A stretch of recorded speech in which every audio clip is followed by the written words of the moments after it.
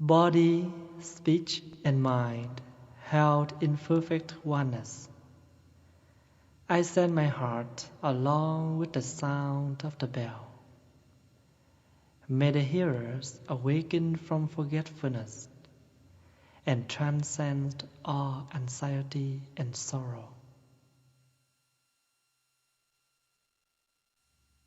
Ba nghiệp lắng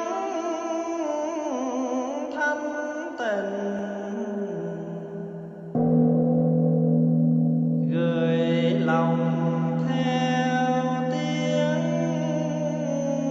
chuông.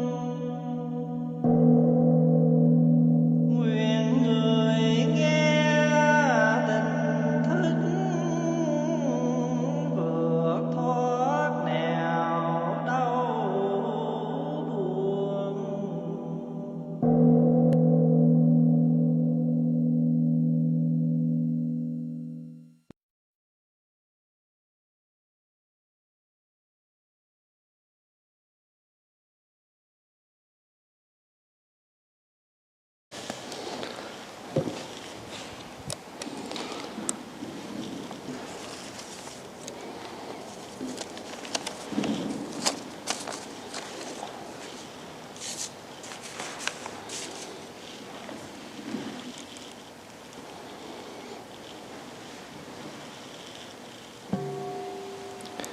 Brothers and sisters, please find yourself a comfortable posture. Enjoy your breaths along with the three sounds of the bell.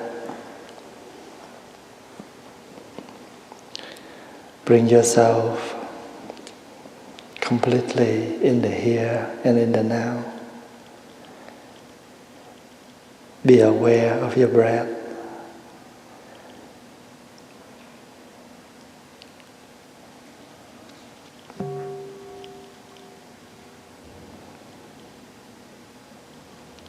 Breathing in,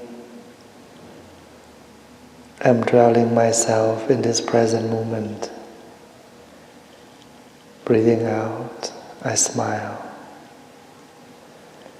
Breathing in, present moment. Breathing out, smile.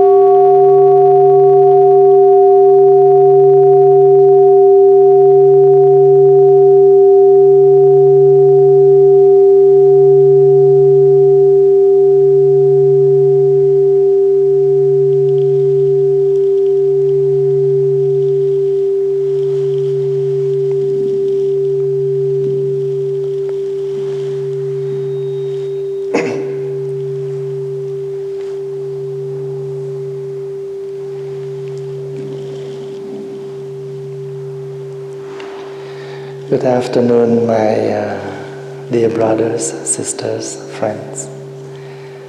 Today is the Saturday,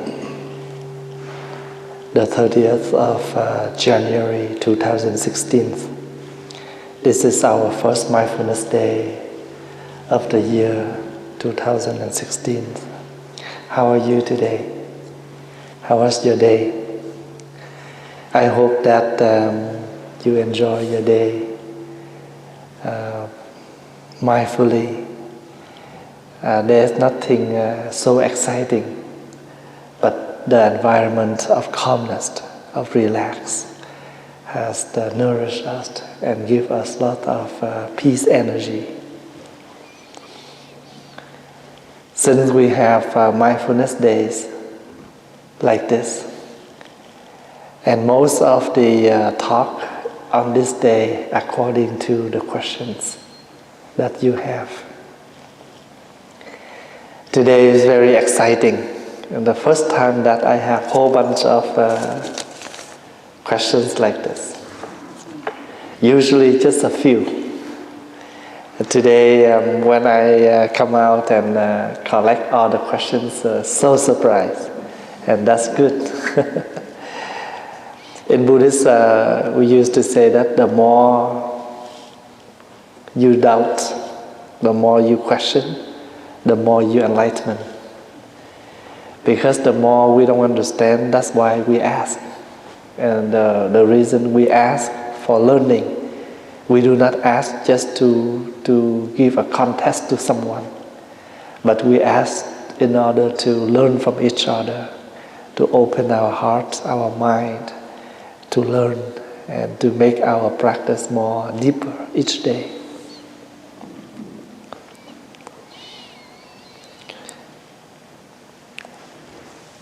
Every time when I have questions like this, I used to collect and put them together and try to and see if they have a similar question and we can answer together.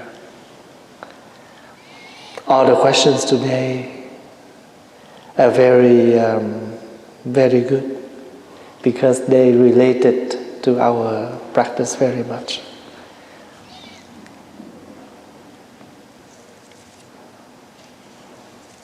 For example, I enjoy Friday and Saturday practice very much, but I have difficulty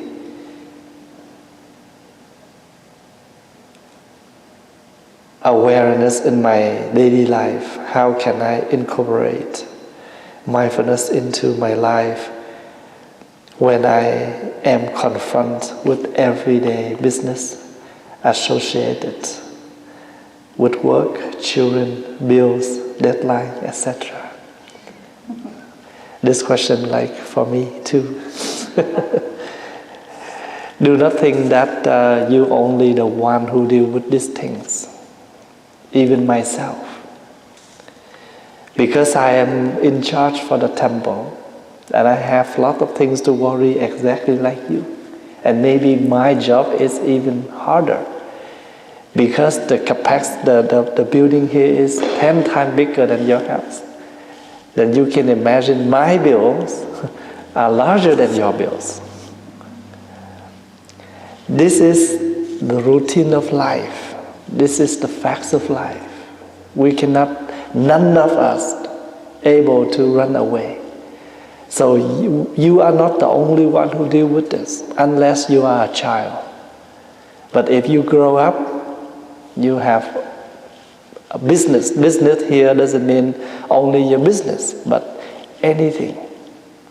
Your house, your children, your job, your friends, your community, whatever. We all have something to take responsibility. The practice here is because we understand we have a lot of things to take care for. Then the mindfulness will help us to arrange time and our budget. Sometimes people still have a lot of things to do, but they cannot manage their time. That's why sometimes they still have 24 hours as many others, but they cannot do many things much. So mindfulness will help us to see what we need to do. For example, today I planned a day with the Sangha. And yesterday I have a phone call from accountant. They need to talk with me, they need to work with me about the year-end paperwork. And I see that the best time for me is the morning, because the young monks can help me for the first session of the day. If I have a meeting with them today, now, then I cannot come out here for a talk.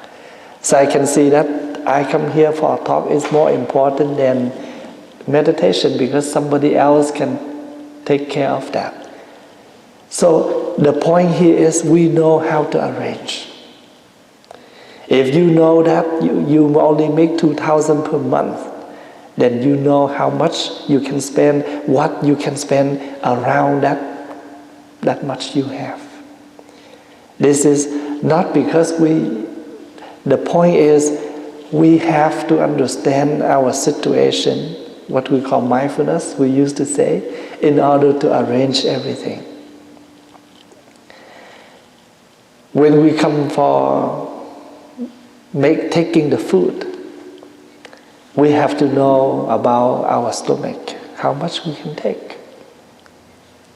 If we take too much, we cannot finish it. So therefore, we are the one who know our situation. I used to remind the young monks, if you know tomorrow you have a long drive, then you should go to bed early. Usually children, they do not like to go to bed early. They like to sleep late, but they're unable to wake up early for their school. But on Saturday, on Sunday, they can sleep in, then they wake up early. Is that happen to us sometime too? Someday we know we have to go to work, then that morning is so tired and lazy. But if any day we have a day off, then we want to sleep in, but we can't. So none of us have 25 hours a day. We all have the same amount of time, is 24 hours. But the point here is, depends on how we know to divide our time to arrange things. You still have your job, so you know your basic income. I don't know my basic income. Right? Everything according to donation. So that's why I cannot, let's say if this month I have $10 extra, that doesn't mean I can spend that, because I have to save it. Maybe next month I don't have enough, then this $10 can help. So every day, our practice here is we learn to moderate time, financial. Even we have a lot of extra, we still cannot waste, because life's very hard to tell. You can reflect on the economy right now. So one of the questions next. We have a lot of fear in our daily life. We all have fear, because this is also part of our daily life and part of our emotionals.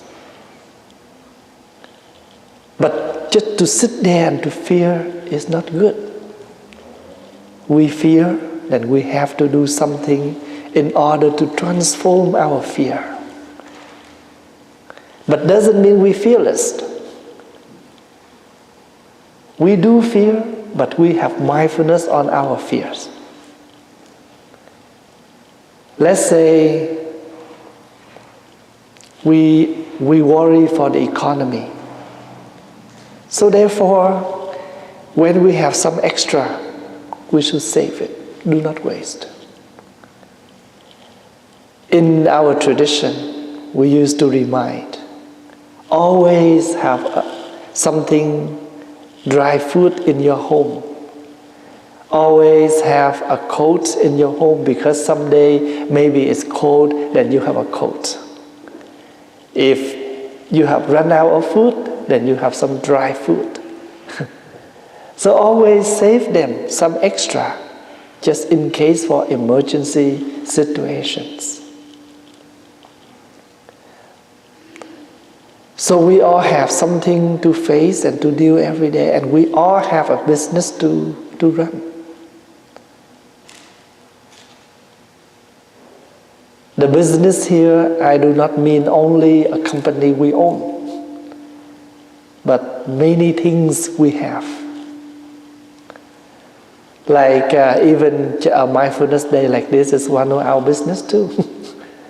Oh, we have a business today, like running a day for the Sangha. Then we have to arrange our time, arrange in the kitchen so the lady can prepare for us.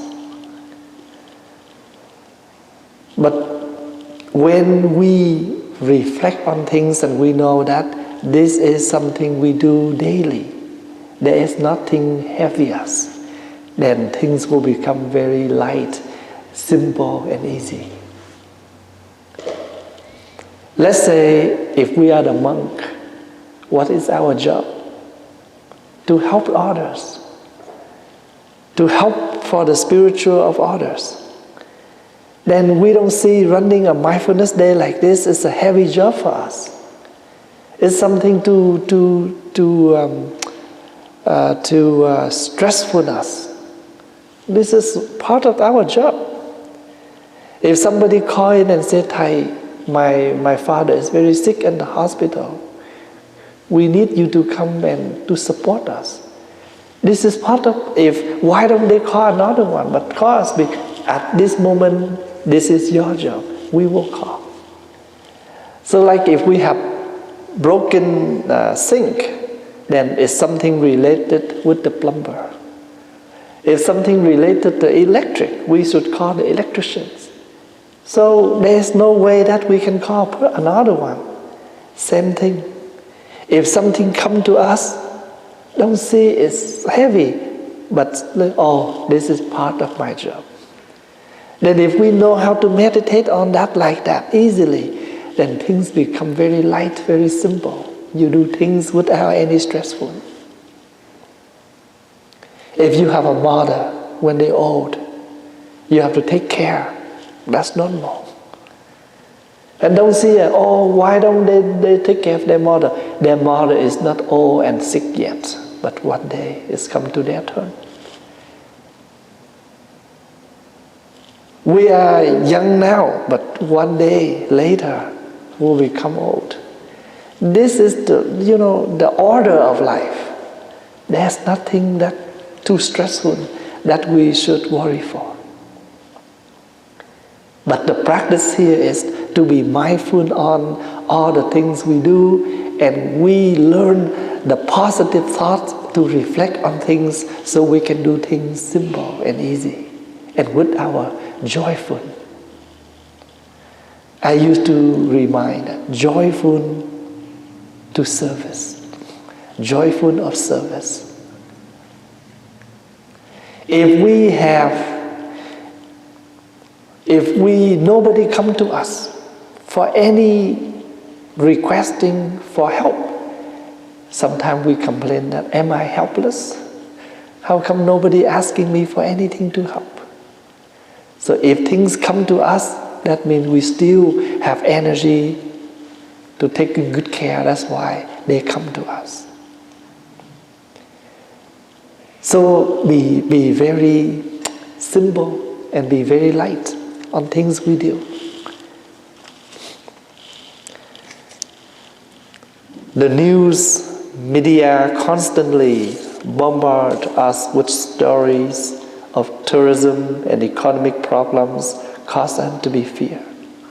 This is similar too. If we do not learn the news, we don't know what's going on. Then if we watch the news, then a lot of things to fear us. So what do? If we don't watch and you go fine with that, that's okay. But if we watch, there's another thing. There is nothing in this life completely perfect. Remember, only 50%. When we understanding something, very rarely that we understand 100%. So when we give, we also, give with our own capacity. When we hear the news like this,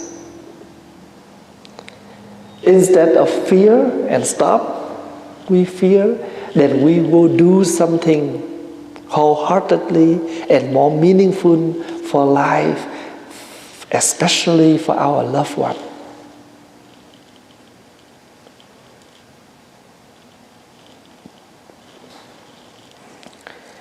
Let's say if we don't have any problems in our society, no terrorism, nothing, we still fear.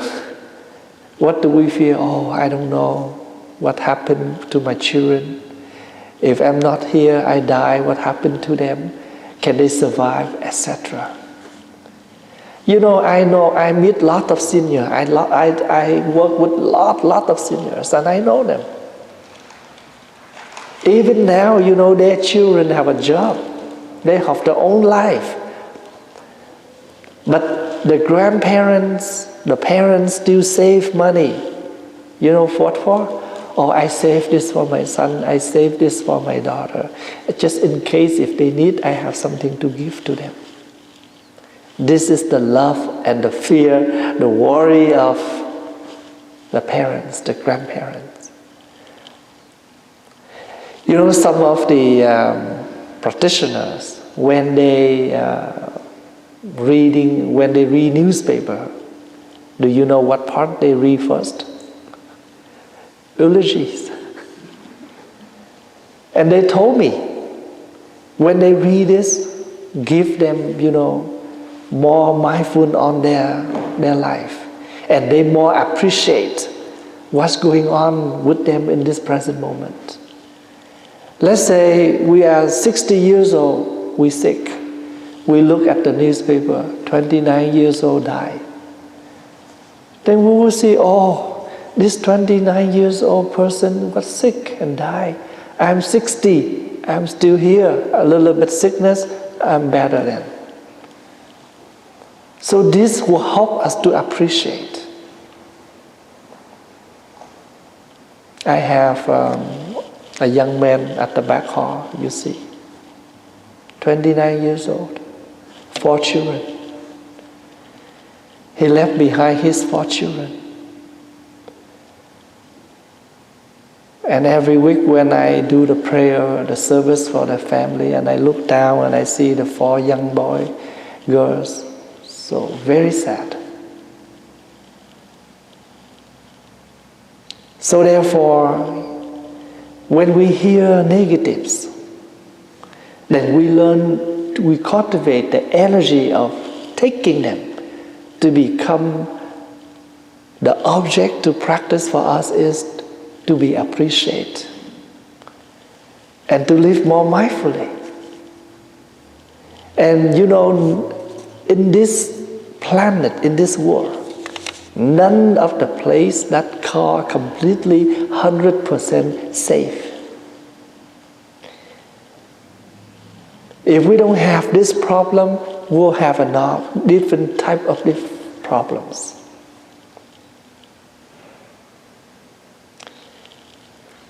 Some of the area, some of the city, of some of the province, the states in North America, this year very cold. Some of the cold area this year very warm.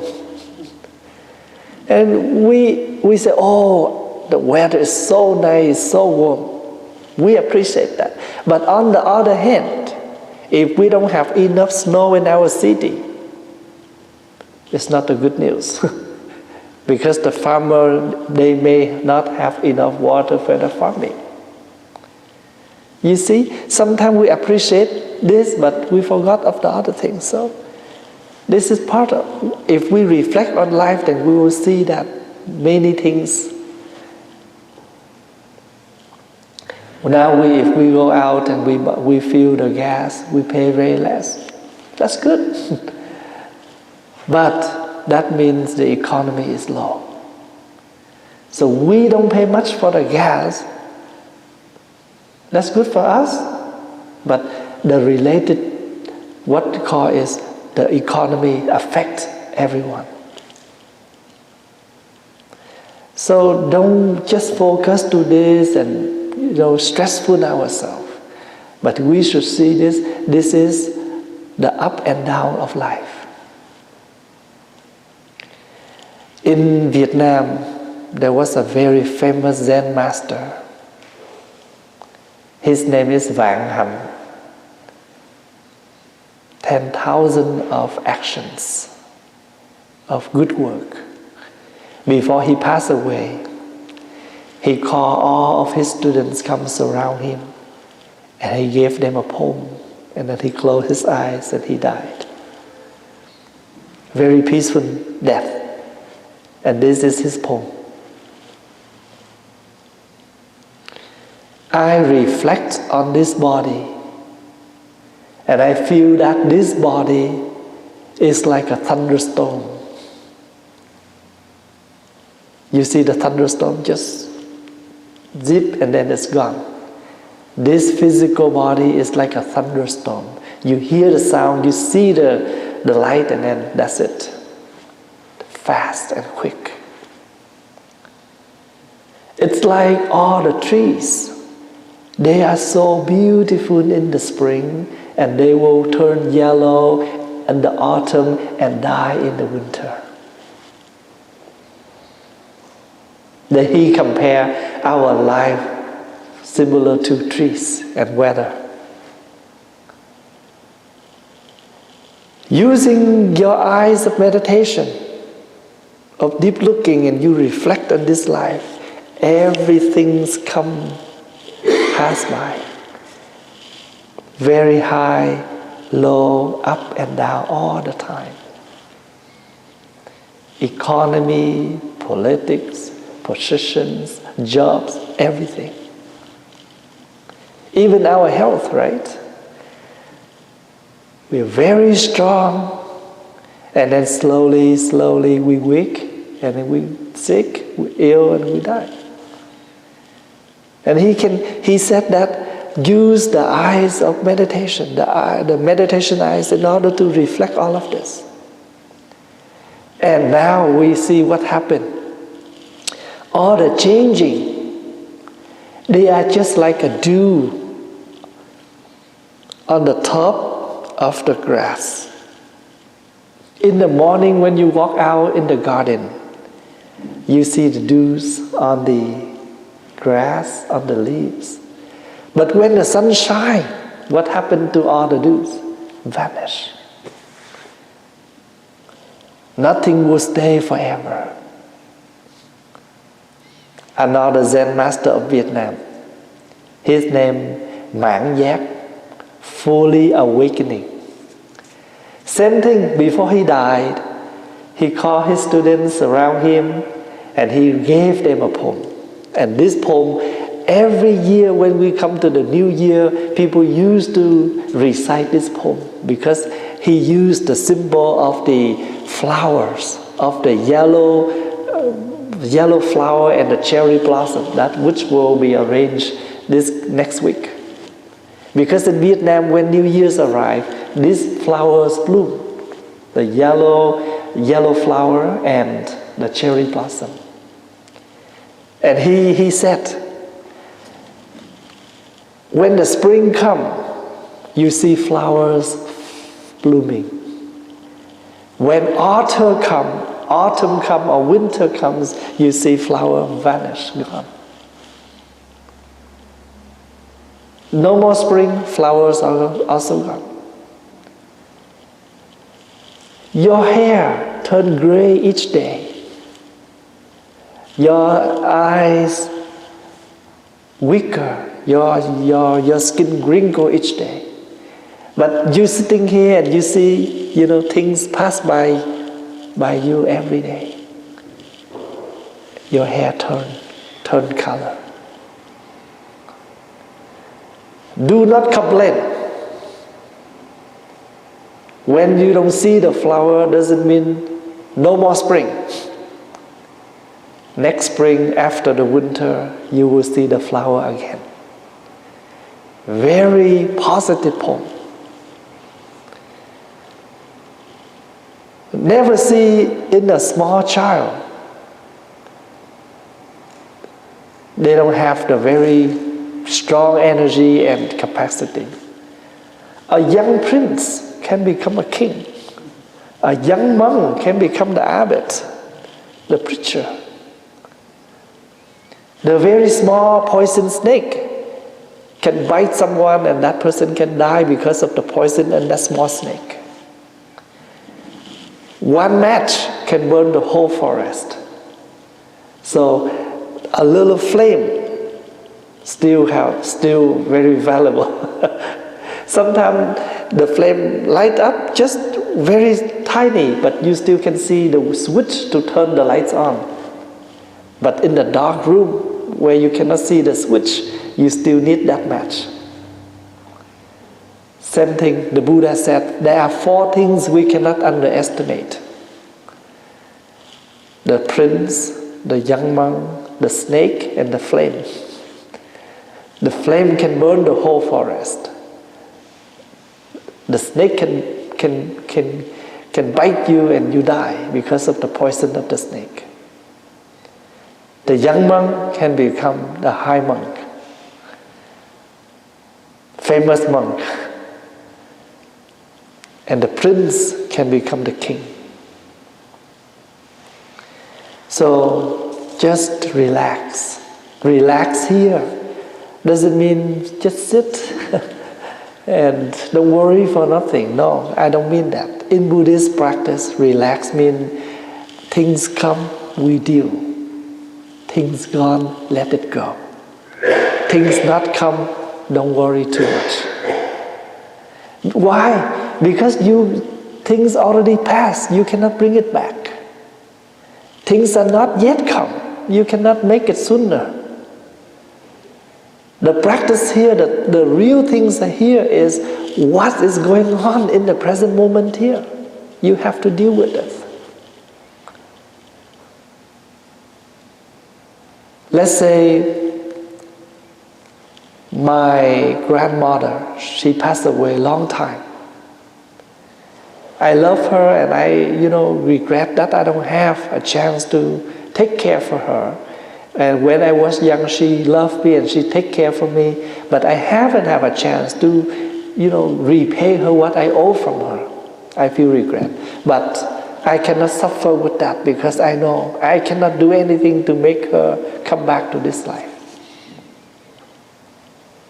But I know one thing is, in me, my grandmother in here, because her blood transmitted to my mother. My mother transmitted to me. So in me, I have the blood of my grandmother too. So instead of nourishing her, take good care for her, then I know how to take good care for my life. At the same time, I take good care for my grandmother. So if we have someone who passed away, do not just, keep our sadness to suck us down. But we have to know that we have to do something to make that person feel happy for their depart. And they feel happy with our back here.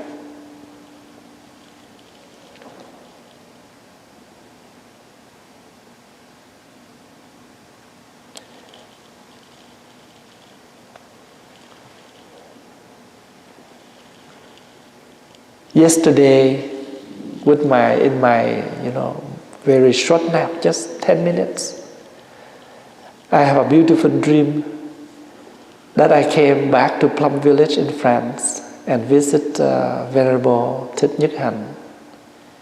He is my most respected teacher. I received a high ordination under him. And inside of my heart, he's very important. And I dreamed that I came and visit him, and he stand up And he used his hand to put on my head. And I'm so happy, and I hug him. And he also used his head on my head, and I told him, I used to call him Sư Ông, mean grandmaster. And I asked, do you know that I love you too much? I love you so much. In my short nap, and I dream of that. And one of our sisters here, she told me that she have a fortunate that she come back to Vietnam to visit the root temple of Master Nhất Hạnh. And I told her, you are lucky than me. I haven't had a chance to go back to central of Vietnam to visit the Hiếu temple. Even I heard a lot about that temple. I haven't had a chance to. And for 30 years already, I have not a chance to come back to Vietnam. This is my 30th year. I left Vietnam since 1986. And now 2016, for 30 years. And you know that every time when I dream that I come back to Vietnam, I cry. Every single time I dream that I'm back to Vietnam, I cry. And when I wake up, my tears come out. My pillow get wet. I really cry in my dream.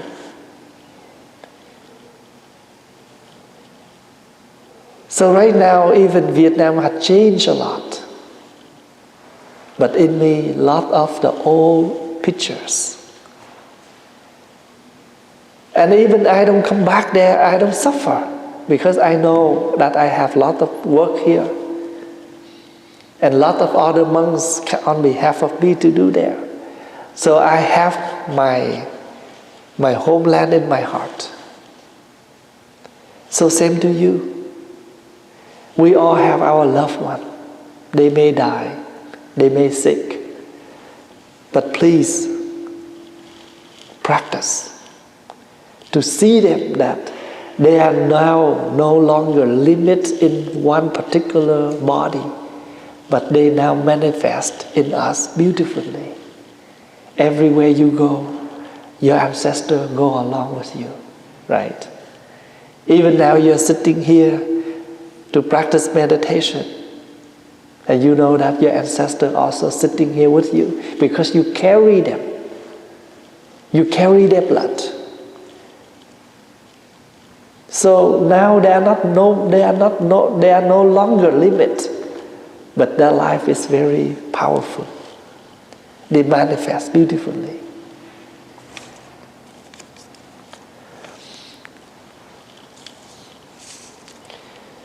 Do you understand so far what I share?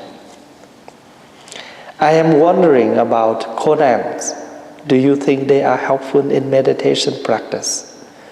What are other differences between Rinzai, Soto Zen? What is Pure Land Buddhism? When the Buddha giving a teaching, he never divide any sect of Buddhism. He just giving the teachings. Depends on the audience at that moment. Depends on people who come to visit him, what problem they have. He just give his teachings in order to help that person to overcome the suffering. But he never define, oh, this is Zen, this is Pure Land, this is Rinzai, this is Zoto, whatever. After Buddhism came to China, one monk, he sit down and he tried to select. So all the teachings that related to Zen, he put in one section. And now they divide Buddhism in China into 10 sects. Zen, Pure Land, Precept, Lotus Sutra, Flower Ornament Sutra. They take one teachings to become the main practice of their branch. So totally 10 branches.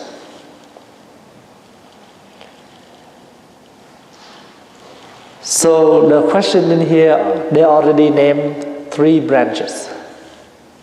And also in Zen, in Zen, they also have more smaller branches. What is this for? Just according to what they successful in the practice, and they use that as the main practice and main teachings. That's all. There is nothing to against each other. Let's say I practice meditation, and I'm completely happy with my practice, and I achieve a lot of benefit. So I use this meditation as my main practice, and whatever I share, I teach, I practice according to meditation. Somebody else, they cannot sit and breathe because it's hardly for them to meditate on their breaths. So what do? They use the prayer bits. They say the name of the Buddha in order to keep their mind calm. They're breathing in, they say Ami, Namo, Amita, Buddha. So whatever way, as long as that way able to keep us maintain calmness, peace, happiness. The technique is no matter. It's like when you coming here and we have two different kind of cushions. Somebody still can sit on a smaller cushion, fine. You use one cushion. But now, later on, a lot of people who have problem with their sitting, then we have a higher cushion. Sometimes I can see it's not high enough. And you add up one more. So what? In order to make you feel comfortable when you sit. So what are these? Helpful to use. Whatever way that helpful for you to use, that become good. Same thing. All the branches in Buddhism, okay, just the way in order to adapt for many different needs of people. It's like medications. Different type of sickness, then there are different type of medications. What are the purpose of taking medications? To heal our sickness. So what is Rinzai? Rinzai is one type of Zen branch. And what is this type of Zen they practice? They practice Konan. What is Konan? Konan means some short story without any explanation. When you read it, you may understand right away, but you may not understand, but keep that story with you. You focus on that, and sometimes you just have that become adopt a question for you. You walk along your life, you work, and then one day things come. The story that makes sense for you. Konan. Konan means short story. There is a meaning, but we may not understand yet. Take that become the object for meditation. For example, this is a Konan.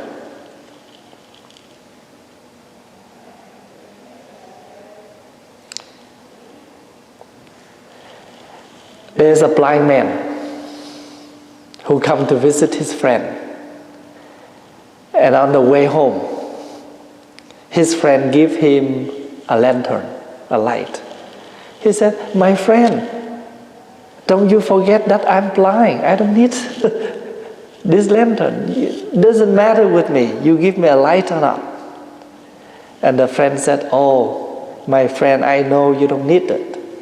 But if you have this in hand, other people will see you, so they won't hit you." You see what they mean by that? So he carried the light and walked on the street, and somebody accident hit him, and he said he yelled at that person, Don't you blind? Don't you see the light in my hand? And that other person said, my friend, I know you have in your hand is a light, but it's already shut down. When we don't see, this is a Conan, we don't understand what's going on and what meaning by that. Take that with you. It's become a question for you, become your story. Maybe you walk in this life for all year. One day some happening in your life. This Conan fits with your life. You have a way, your method. It's like you have a light in your hand. But never misunderstanding, once you have this in hand, that means you are saved. It's like when you hold a map, doesn't mean you arrive there. You're just holding a map. But most of us misunderstanding. When we have a map in hand, that means we are arrived. We are see the destination, but actually it's not. You see what I mean by that? Conan is like that. A young friend come to see a monk. He said, Master, I would like to sit down with you and discuss Buddhism with you. And the master said, oh, okay, please sit down, we have some tea together. He lift up the teapot, pouring the tea into the cup. He keep pouring the tea, even the teacup is full and it spill out. And that young friend said, Master, the teacup is full and spill out. Stop. And the master said,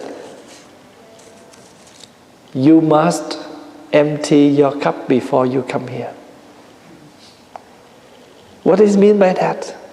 We don't understand, become the Conan. And one day, oh, I know it now.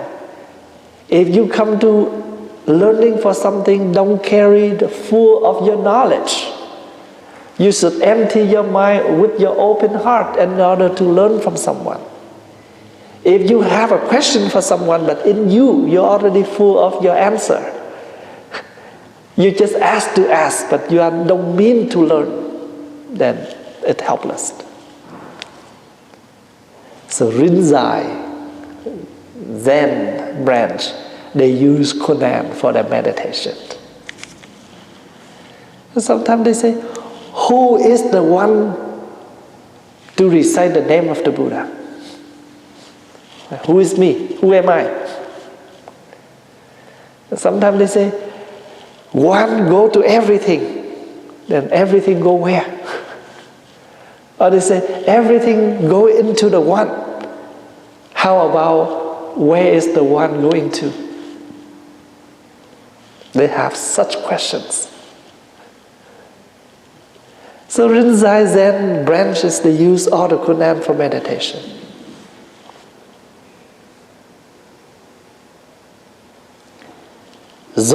Soto Zen, their meditation is more relaxed. Oh, just sit. Sit and let things to be.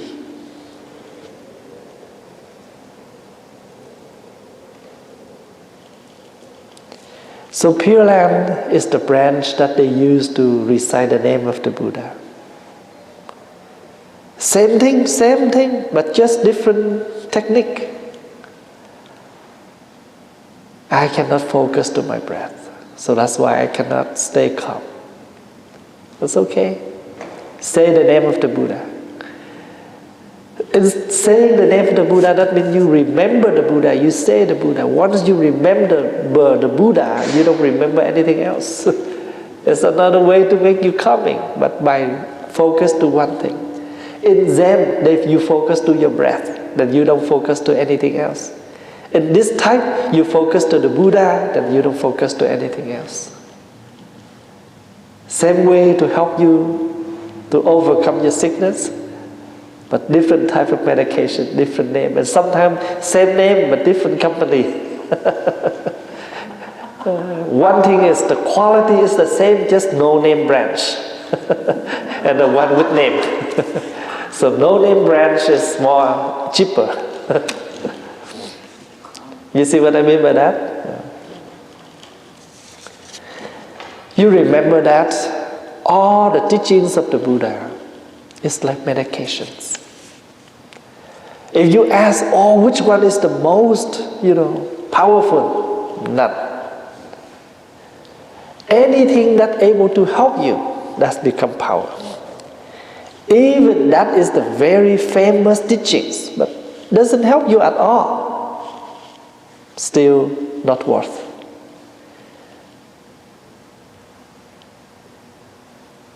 You see, sometimes things very expensive, but that expensive thing doesn't help, doesn't fit for this situation. But all you need is $1 things can do everything. So there is a master from Pearl Land. He said, there are no way to define medications, which one is the best. Healing your sickness is the best. Is there any Dharma practice is the highest one? There is no highest Dharma in the practice. As long as help your mind.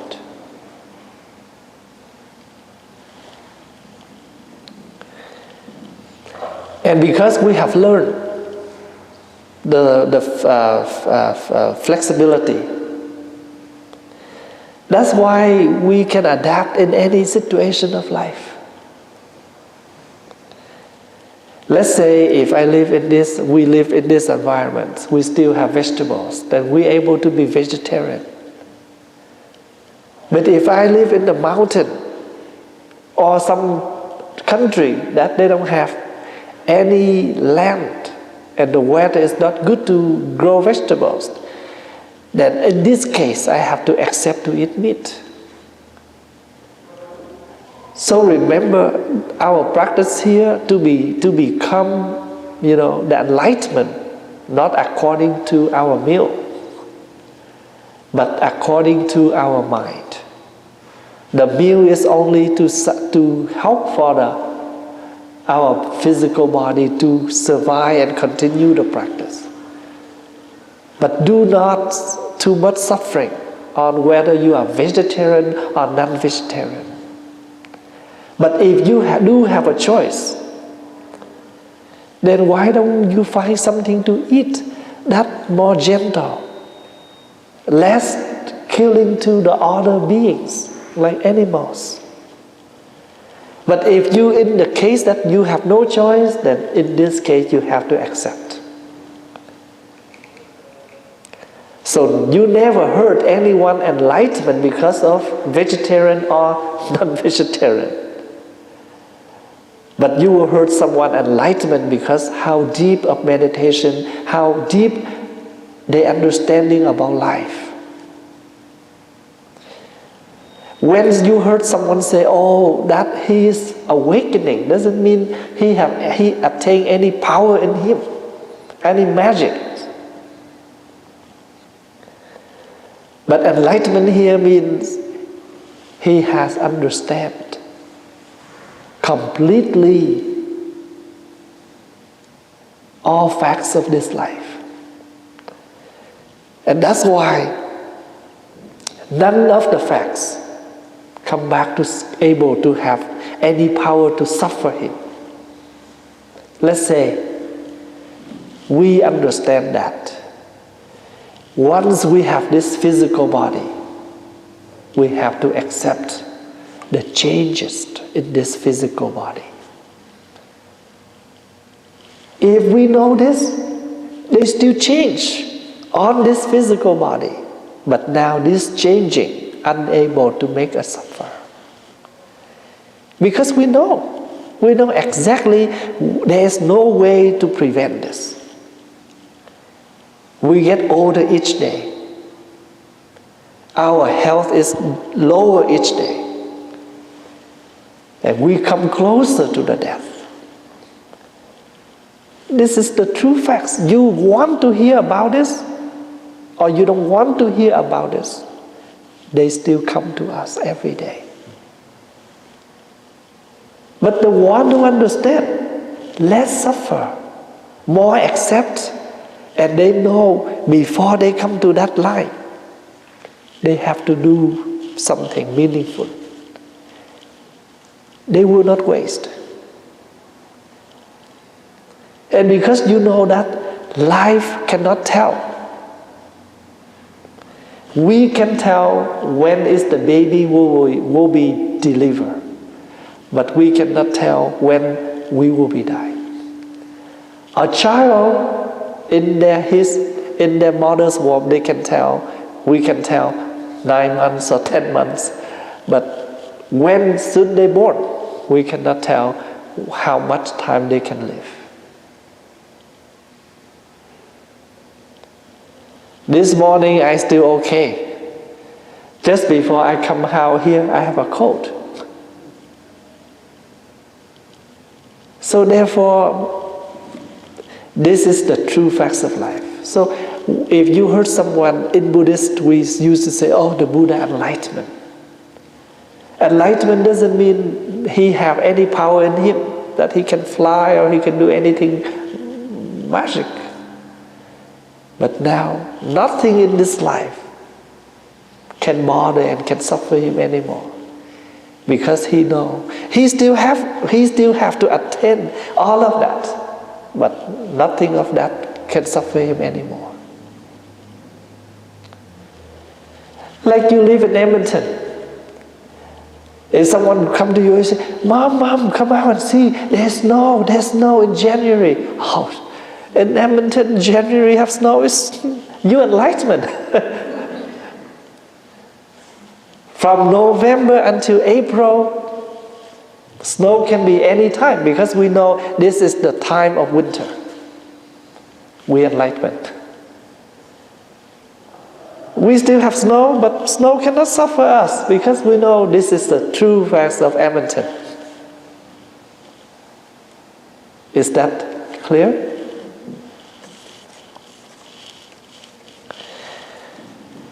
So any way that helps us to overcome suffering, that's become the beautiful way. I know like some of our sisters here, they came here since they just need only one cushion. Now they need 3 cushions.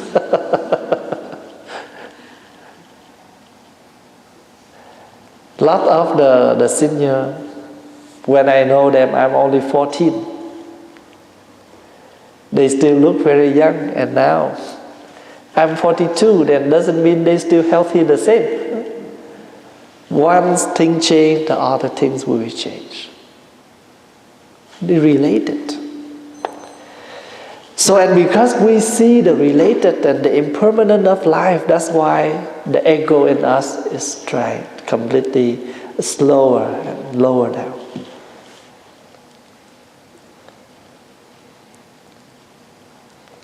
One master, he said, a practitioner is like, the more we practice, it's like the airplane. The more they fly high, the smaller you see. Same thing. The longer you in the practice, the smaller of your ego. To be humble.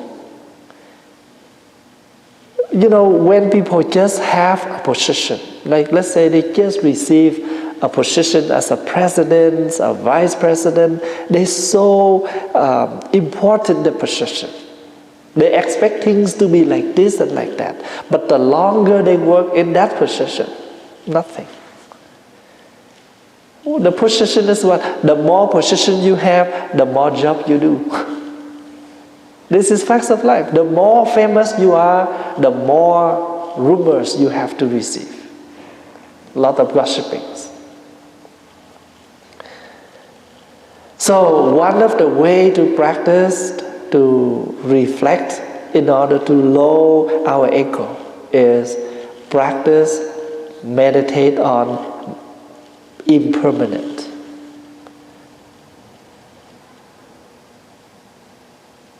See that without this person, we are not here.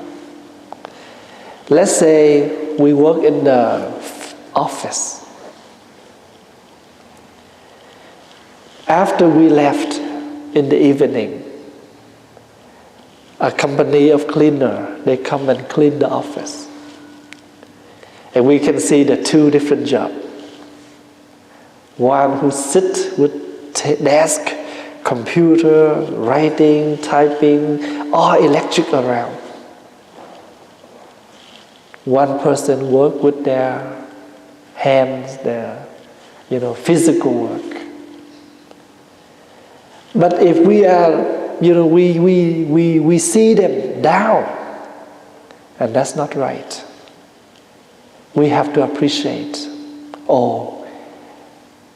after I left here, the next morning I come back, my office clean, I have to appreciate. Because they accept the name of the labor in order for me to become officer. So without them, I don't have this name. So if somebody come in and accept them as nanny labor, then we have to see that the nature in me, in us, and in them are the same. So that's why in Buddhist practice, why we see each other and we doing like this, we greeting like this. This is one of the way to lower our ego. I respect you, no matter young or old or famous or whatever. And this also one of the reasons why we sit on floor. To sit on the floor means low down everything, and we bow deeply down.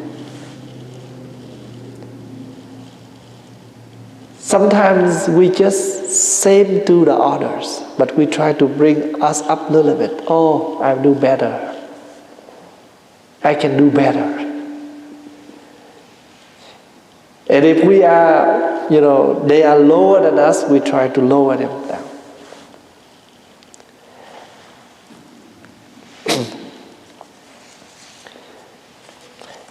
Sometime you will visit some temple, they have lot of statues, and there is a set of statues, 18 arahats, 18 statues of students of the Buddha.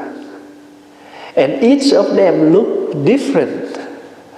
Their face describe different emotions. And there is one monk who opened his heart like this, opened his shirt like this, and you will see the image of the Buddha right here.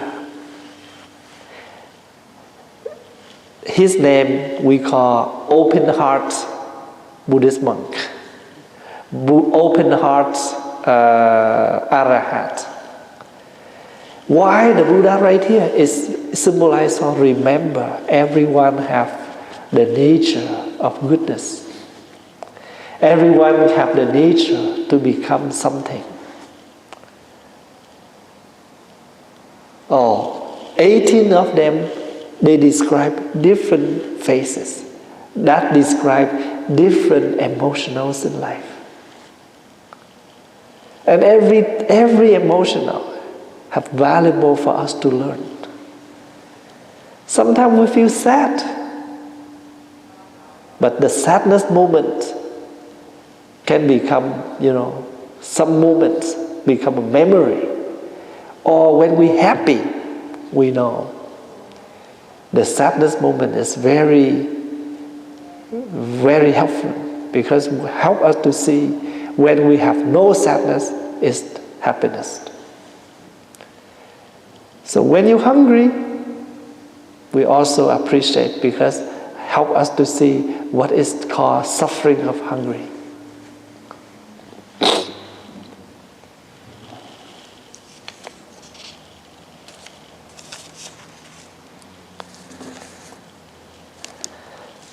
When we're able to reflect all of this, And we will see that everything in this life, they come here, they appear. But the nature of them, the nature of everything is emptiness. What do I mean by emptiness? Emptiness means we don't have a particular individual. Everything combined with many others, elements.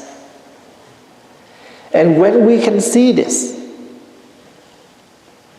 we don't see that we are number one, but we need many other elements in order to help us to survive. Let's say we are a good cook. But if nobody growing vegetables, what can we use to cook? So the dish that person cooked delicious, tasty, because they have enough vegetables and spices. So if they miss one of the spice, their dish is not completely delicious. So sometimes your dish come out just without you missing a little bit vinegar or missing a little bit pepper.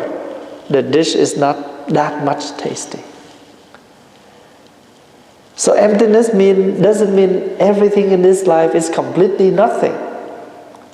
But we have to see that everything appear here as a combination, as the conditions. But nothing stay alone. I cannot do everything by myself. Even you say, oh, this temple is run by Thich Phap Hoa. It's just a sentence. But if you reflect truly and completely, I cannot run this temple by myself. I need a lot of helpers. I need someone to help me to clean. I need someone to help me to cook. I need everybody to give me their hand in order to make this temple run good.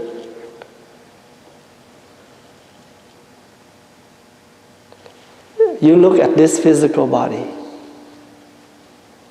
This physical body is combined by 5 elements or 4 elements. The earth, the water, the heat, and the air. But they are not real. Not real means emptiness. Even our breath. We borrow one breath in, we return one breath out. We borrow, we return. We borrow, we return. One day, this contract is no longer, it's out of date. They say, oh, today I only allow you to return, but I will never let you borrow anymore. Then we finish our life. So if we reflect, even our life, everything is borrow and return. When we're thirsty, we borrow a glass of water. How much time we can keep? Maybe 2 hours later, we return. We ask for some food. Few hours later, we return. When it's too hot, we borrow a fan. When it's too cold, we borrow a jacket. So this physical body, fever, cold, sinus, congestion, many different small things like that can happen anytime. So if we reflect deeply on this physical body, and this physical body is completely not us, they're just empty. Empty doesn't mean nothing. Empty means not real. They are here. But what happened? Not forever. Even this glass of water we use, emptiness means if accident we drop it, it broke. It break right away. So now this glass become nothing. So, but we do not need to wait until to see it break. We call empty. We have to see it's empty, right? It's still here in order to get out of our attachment. We do not need to detach. We don't have to detach. But once it's no longer with us, then we have to accept life exactly like that.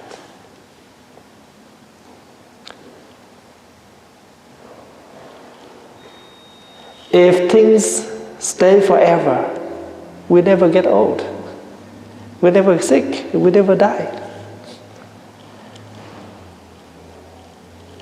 So the meditation or the idea of emptiness, in order to see, help us to see the real nature of everything. When you see something, you also can see the nature of it.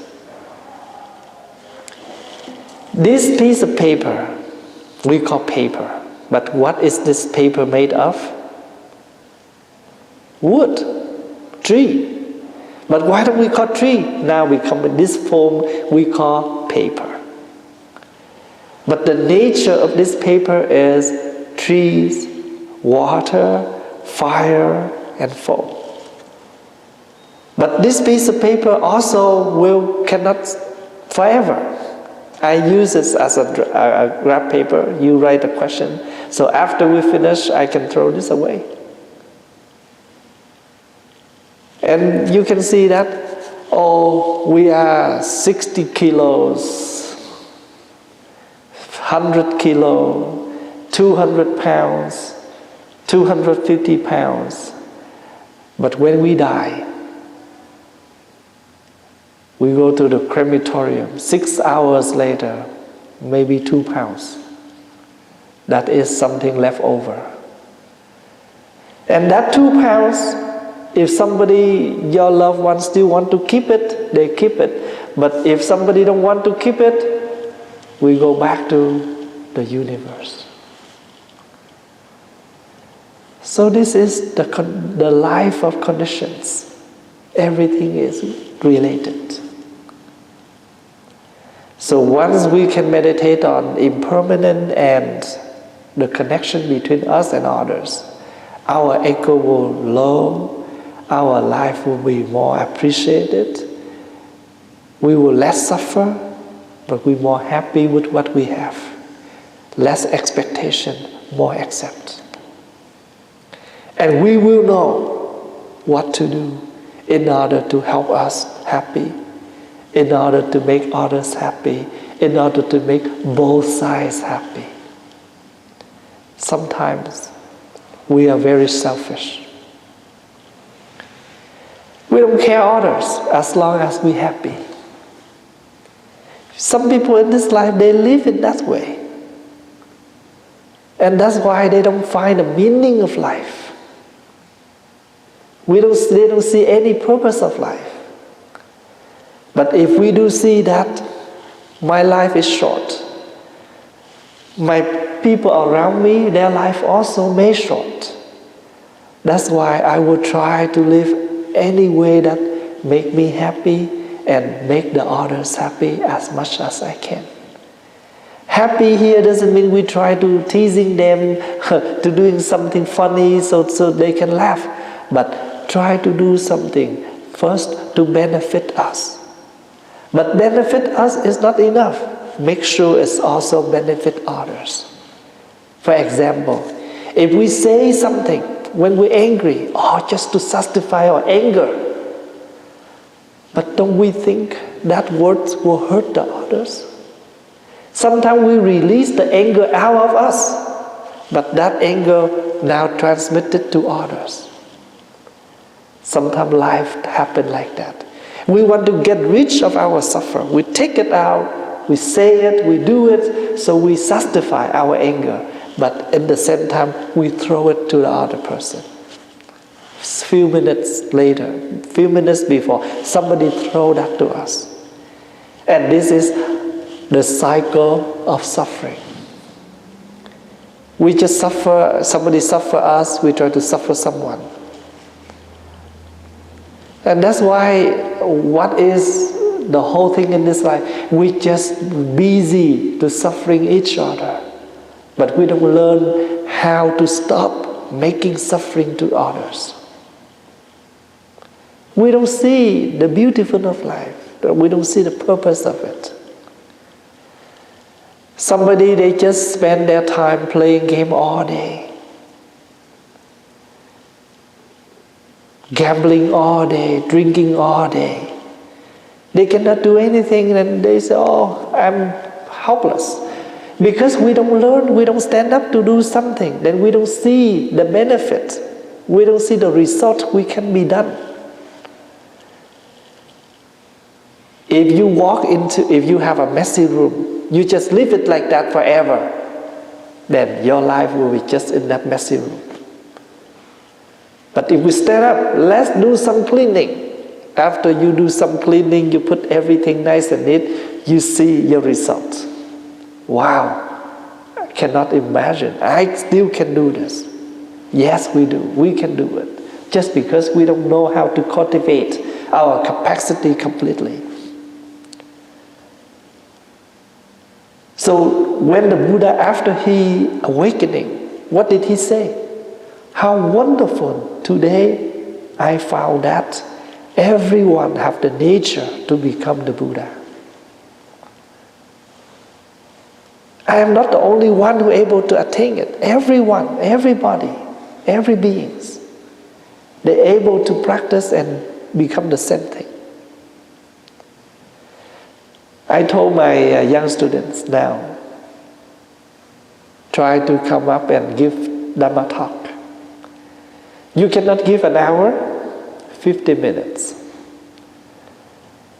After you get used to 50 minutes, now you can stay, you can talk longer. Everything is a training. Even we receive a new job, we still have 3 days or 3 weeks for training. None of the things in this life that we can do naturally, except you are super. But this will not happen rarely in life. Regularly is what we need to train. You find very hard to sit on the cushion, but after a few months you come here, you get used to it. You cannot imagine, you never sit like this in your home. Unless you come here, there's no choice. You have to sit in this way. Then this environment protects us in particular practice.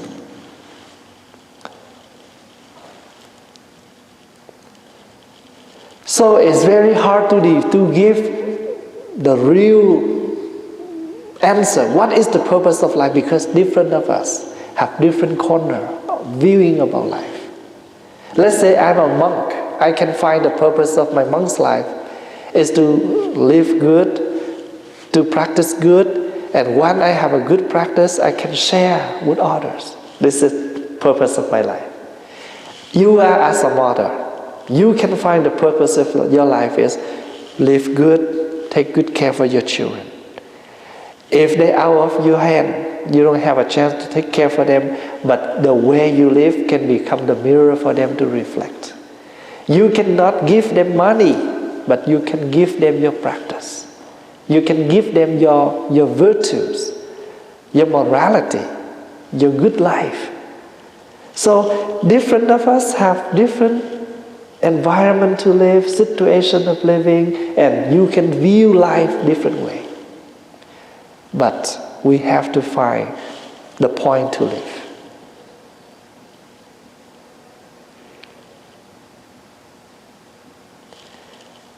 There are more questions, but I will save it. Because I don't dare to keep you longer, otherwise you sleep in. But do you understand so far what I try to share? Do not let our life come to the end but nothing we can make during the way we come there.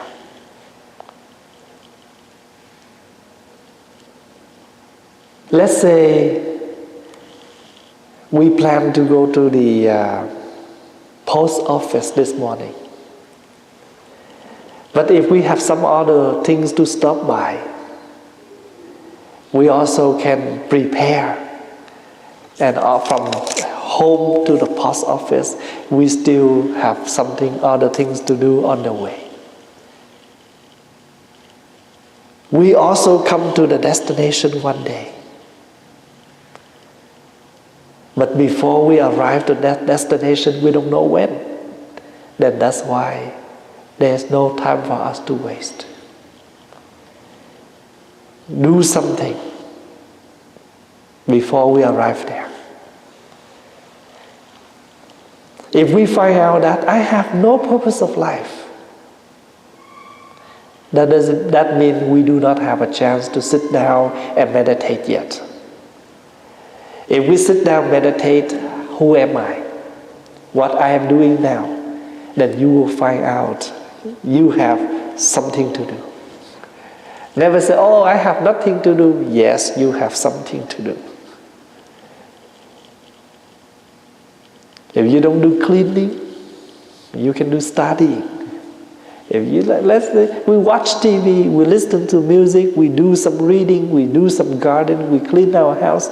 None of the day that we don't do something. I always create this quote for myself, and I live with it, and I share with young people. We all come from nothing. Then we will go back to nothing. Before we become nothing, let's do something. This is what I create for myself. I wrote it down for myself, and I always share with my young friends. If you are a married man, a married lady, then you know you have to take good care for your marriage life. If you have 2 children, you have responsibility with your 2 children. Even you divorce, you still take care for your children. Not only money, not only child support, but you have to call them and talk with them and bring them out and do something to keep the connection. Especially if you do have the practice like this, it will help you more. Brother Peter, lately he just have an interview with the company, with the office that he do some counseling for youth. Yesterday I talked to him and I said, Peter, you know why Thầy allow you to do a job like this? I don't focus to money. We do not focus to how much you make per hour. But I want you to know that the young people outside here, they need a lot of your help. And I allow you to work because I love all the younger generation. I hope that he can bring the light of peace that he received during his practice. He can help them. I cannot, I have a lot of things to do, and now it's time for my younger students, time up for them to do work. And when I ask him to do like this, I don't, according to how much he can make. But I want him to know that their job is to help the others. When I asked Brother Lawrence and Peter organize a meditation course in Westlock Center, I told them, don't worry how many people per week, as long as we do it. Sometimes only one person come. I ask them still go out and teach. Because one person have the intent to learn, and our job is to teach. One person learning better than no one to learn. The time you teach the others is the time to teach yourself. What is you're teaching yourself? The lecture of patience. The lecture of accept one or many. We have to have the eyes to see that one and many is not important. They're still human. They're still a being that we can come close to them and help.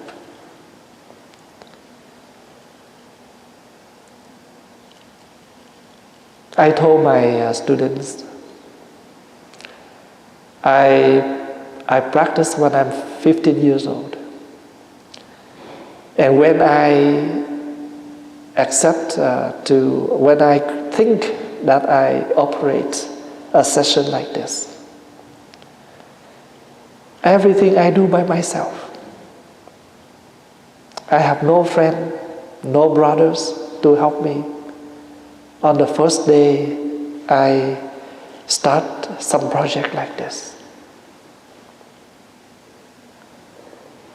Since 1997 until now, I never expect each week have to be 20, 30 or whatever. This door open for anyone who needs the calmness, the peace. So the time that we teach only one person is the time for us to sit there and enjoy the peace. So I always remind myself, I never think, I'm come out to teach the others. I never think that. But I thought that I'm sharing what I know. And I also know that when I'm coming out like this, there's a chance to help me to improve in my practice. And once you can see that, when you're able to practice like this, you know that you are part of the community. You don't see that you are separate. And because you don't see you are separate, that's why you can embrace everybody easily. You can love everybody easily.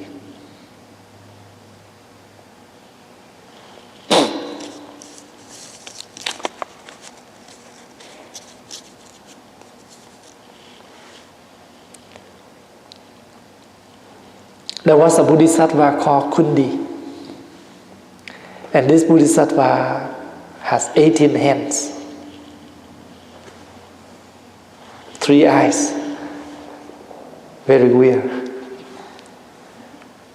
But you know what is the third eye symbolized for?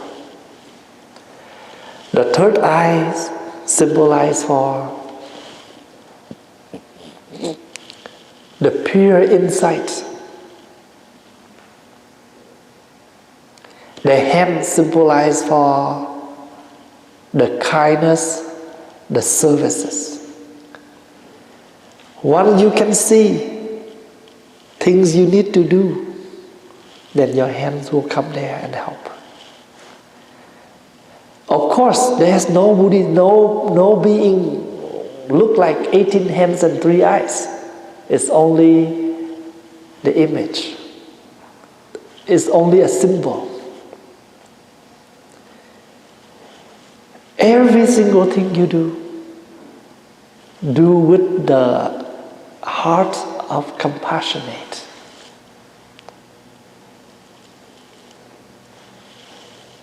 Right and left, still 2 sides. Unless you can bring things in the center. We call middle path.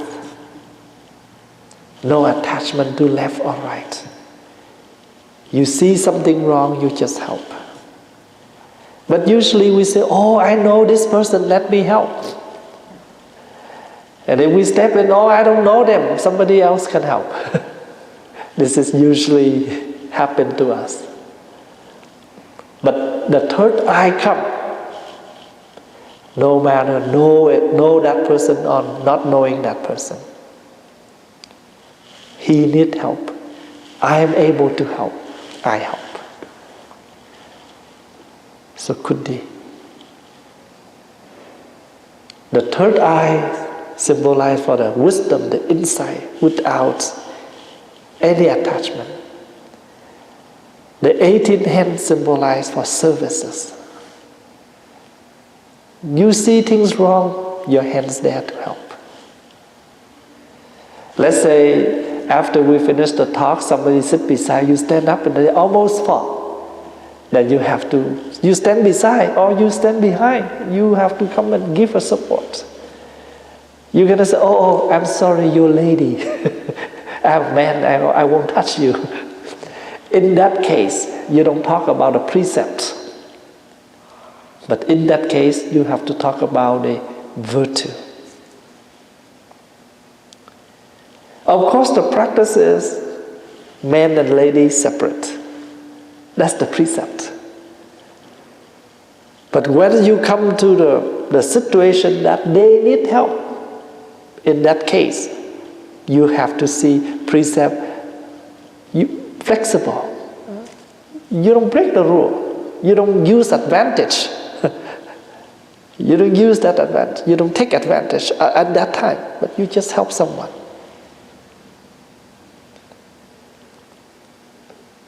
Before we finish, I would like to share with you a story related to this.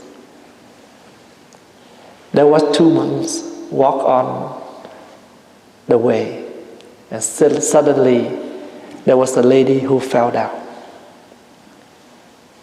And one monk come and lift her up, bring her over the street, and lift her down, and they continue their journey. The second monk, the one who doesn't lift up that lady, he feel uncomfortable because he thought that monk broke the rule. Because you are monk, you are unable to touch ladies. They walk for a while. That monk cannot stand anymore. He stopped and said, "My brother, I'm really disappointed about you. Don't you know we have precept? And one of the precepts is you're unable to touch the lady." And the monk who hold the lady, he said, "Brother, I left that lady down so long ago. Why you still carry her here? I carry her. I lift her up, but I already left her down. You didn't carry her, but you carry her in where? In your mind. That's heavy. In Buddhist practice, things are very flexible. The precept is something to protect us. But not because of the precept and you forgot your loving kindness to others. You have to be clear on that. You have to combine your loving kindness along with your precepts. When you should do and when you should not do. So because of the precept and you don't care to others, that's wrong. You don't understand completely the idea of Buddhism, of the Buddha. Normally, precept will protect us, will protect you away from mistakes, wrongdoings. But in that case, somebody dies, somebody needs your help. You don't have any intent to do it. Oh, I take advantage. So I can touch this lady, I can do something wrong on her. No, just help her. And if you're able to see that and practice that, you are meditation all day long, anywhere you go. You meet Buddhism every corner of the universe. You never frame yourself, oh, Buddhism only in the temple. Now you can see Buddhism is the way of life. You can bring Buddhism anywhere you come, easily to practice. Thank you so much for your time for the day. Thank you so much for your questions. I hope that with my sharing, I have answered part of your question. May you be well and happy, and enjoy your weekend. I will see you next Friday, especially tomorrow. According to our tradition, that before we celebrate the Lunar New Year, we will have a ceremony to commemorate our ancestor. So if you have time, you can come here tomorrow morning at 10:30. First we have a short service, and after that we facing to the altar of ancestor.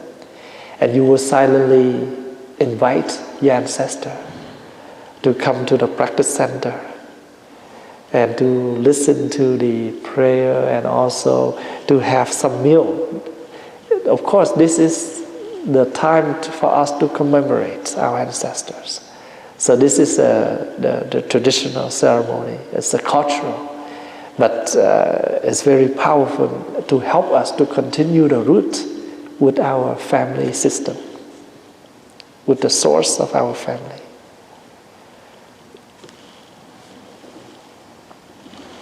Please enjoy your breath along the three sounds of the bell.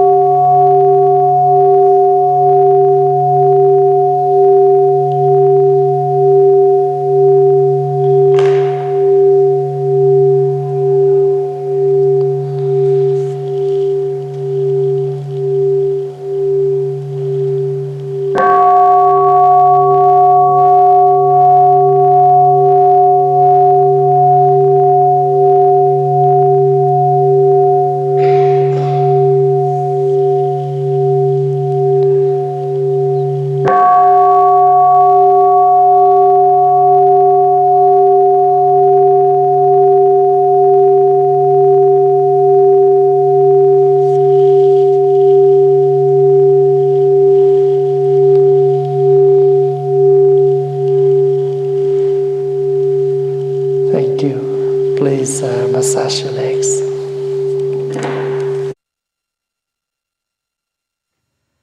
Body, speech, and mind held in perfect oneness. I send my heart along with the sound of the bell. May the hearers awaken from forgetfulness and transcend all anxiety and sorrow.